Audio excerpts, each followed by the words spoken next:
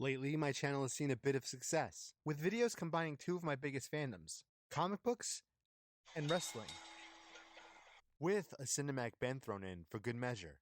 I'm not running out of wrestlers to fancast by any stretch of the imagination.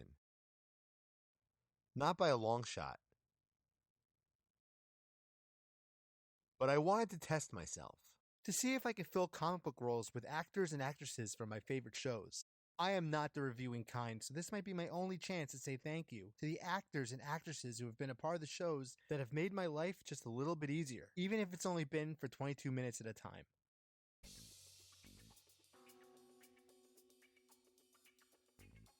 Some might say Dirk Blocker's role as Hitchcock is one-dimensional. Some might leave him off this list because of that. Not me though. Actually, he's the first person I cast. It was almost too easy. Like eating a whole bucket at Wing Sluts. That guy has worked a lot in Hollywood in all sorts of roles, including 2 John Carpenter films. All the roles he's had and every crazy thing he did on the show actually worked to his benefit. They made it super easy for me to find a role for him. It happened as if by magic. Joel McKinnon Miller has a very distinct voice. It gives his lines some extra pizzazz. Between the bits of him singing opera and the episode where he played twins, the show does a good job of showing his vocal range. He would be, I think, one hell of an asset in a voice acting role. The one I picked for him is admittedly pretty zany, but it brings a load of freedom. One of the most fantastic characters from Greg Rucka's run on Wonder Woman. A lovely character named Ferdinand. He's a gentle, loyal Minotaur who loves cooking, and he was a chef at the Hall of Justice for a time. In my humble opinion, the show wouldn't be nearly as funny without Andre Braugher, nor would it be as heartfelt in its most tender moments. Captain Holt was so often the voice of reason on that show. I mean, when he wasn't betting on the ponies. And that definitely guided me as I was trying to find a character for this fabulous actor. I'm shamelessly ecstatic with the choice I've made. It has the potential for Braugher to act alongside J.K. Simmons again. Not everything makes a transition from source material to the MCU. And it would be a real shame if Robbie Robertson was one of those characters that didn't. Braugher could play that character in his sleep and probably win an award for it. Kevin wasn't in every episode of Brooklyn Nine-Nine, but I've spotted Mark Evan Jackson's voice in other shows, and that gave me an idea. He would be a great pick to voice Green Lantern Salak. Melissa Fumero played straight-laced, overachieving detective Amy Santiago. Not my favorite character, but one near and dear to my heart, because she has so much in common with my wife.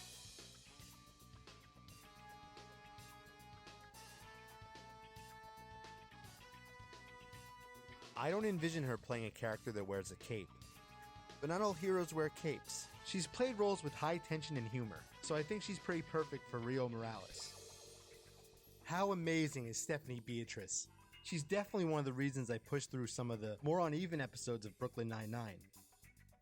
More than her singing, more than the voice acting roles for characters I didn't even know she did. It was shocking for me to find out she's never played a villain. So, since I like going out on a limb for these fan castings, I went through every single evildoer in comics. Over and over again, trying to find the perfect character for her. If fan casting Dirk Blocker as Uncle Dudley was the easiest thing to do for this list, fan casting Stephanie Beatrice was the hardest. But I think I nailed it. This particular character shares a few traits with Rosa Diaz, only amped up to 11, for added comic book drama. When George Perez would render this character, he would do it with all the power in the cosmos, and that power flowed through the whole design. Even the hair. Somebody get James Gunn on the phone. I have someone he should really look at for Blackfire. And if he doesn't, she'll be cast in the DC Film Showcase. Between Brooklyn Nine-Nine and Reno 911, Joe Latrillo has played 2 different flavors of cop, so I wanted to get as far away from that kind of thing as possible. The role I think he's suited for lets him tap into that loyal friend thing he does so well. I want to see if he could do it while voice acting Herbie the Robot in a Fantastic Four film. She played my favorite character on the show, so it was heartbreaking for me when Chelsea Peretti left.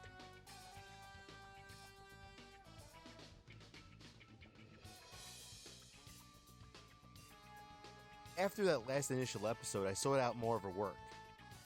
and comedy may be her bread and butter, but you won't find me pigeonholing anyone. Besides, comedy is close to horror, and nothing is closer to horror than evil. And the character I'd like to see her play is definitely evil. Peretti stole a lot of scenes in my opinion, so I'm setting her up as the best kind of side character. One who makes you lower your guard, while her arc plays out unassumingly in the background, until this transformative moment where her true intentions take center stage and she outwits one of the smartest, most diabolical men on the planet, her own brother Lex. Comic book fans often forget about Lena Luthor, but I don't. If James Gunn doesn't see it or doesn't have anything for her in the DCU, Chelsea Peretti definitely has a place in the DC film showcase. The Terry Jeffords character forced me to look inside at my fears of being a parent And ask myself, am I being ridiculous? While I do think Terry Crews plays it safe by primarily working in comedy or projects with a comedic bend, his work in the Moo Moo episode proves beyond the shadow of a doubt that he's capable of something more serious.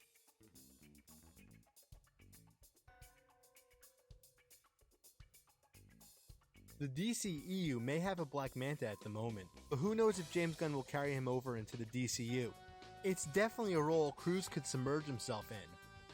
If that were to happen, I hope it would be grounded in the version of the character who was looking to conquer Atlantis as a safe haven for minorities. I gotta be honest, before Brooklyn Nine-Nine, I really wasn't a fan of Andy Samberg. I liked some of his songs, but I thought he had a very punchable face. What a difference one role can make. I still think he has a very punchable face, but now I notice something different. The man could absolutely act, maybe not at a Denzel Washington level, but still. Sandberg's goofy shtick was balanced out with tender moments throughout the show, and Jake Peralta had an excellent character arc by the series' end. You could say it's due to the writing or the editing, but Sandberg is the one who ultimately pulled it off. I'm sure that under the right guidance, let's say that of Kevin Feige, he could be a valuable part of a superhero franchise. When they hear Marvel, some people think of Kevin. Some people think of Stan. Personally, I think of the King. The amount of characters that Jack Kirby helped create is staggering. It's largely believed that no other character was more near and dear to the King's heart than Benjamin Grimm, the ever-loving blue-eyed thing. If he's given a chance, similar to how Robert Downey Jr. and Dave Bautista were given, I have every confidence in the world that Sandberg could rise above and beyond what he's known for, and do the character justice. In case you didn't know, there was an actual honest-to-goodness superhero on Brooklyn Nine-Nine. His name was Cheddar.